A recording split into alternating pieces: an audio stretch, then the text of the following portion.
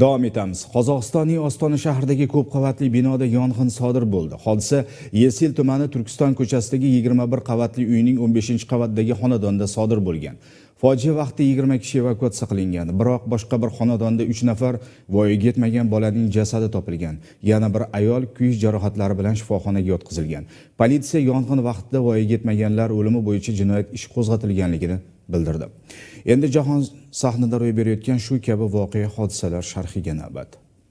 Afg'onistonda bir necha haftadan buyon davom etayotgan suv toshqinlari, yer ko'chkilari va binolarning qulashi oqibatida halok bo'lganlar soni 189 nafarga yetdi. Mamlakatning tabiiy ofatlarga qarshi kurashish boshqarmasi ma'lumotlariga ko'ra, so'nggi kunlarda kamida 22 kishi qurbon bo'ldi. Yana 9 kishi jarohatlandi. Rasmiylar eng ko'p o'lim holatlari uylarning qulashi va toshqin vaqtidagi cho'kish bilan bog'liqligini bildirishmoqda.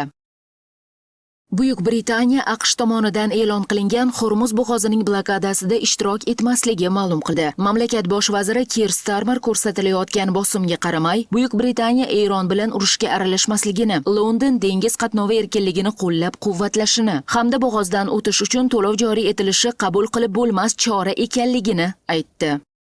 Irlandiyada yoqilg'i solig'i 505 million yevroga kamaytirildi. Ushbu qarorni mamlakat bosh vaziri Michael Martin e'lon qildi. Mamlakatdagi portlar, yo'llar va yoqilg'i infratuzilmasini ishdan chiqargan norozilik namoyishlaridan keyin mazkur chora e'lon qilindi. Shu sababli bosh vazir ushbu qaror namoyishchilarga imtiyoz emasligini, aksincha hujjat rasmiy transport va fermerlar tashkilotlari bilan birgalikda qabul qilinganini ta'kidladi.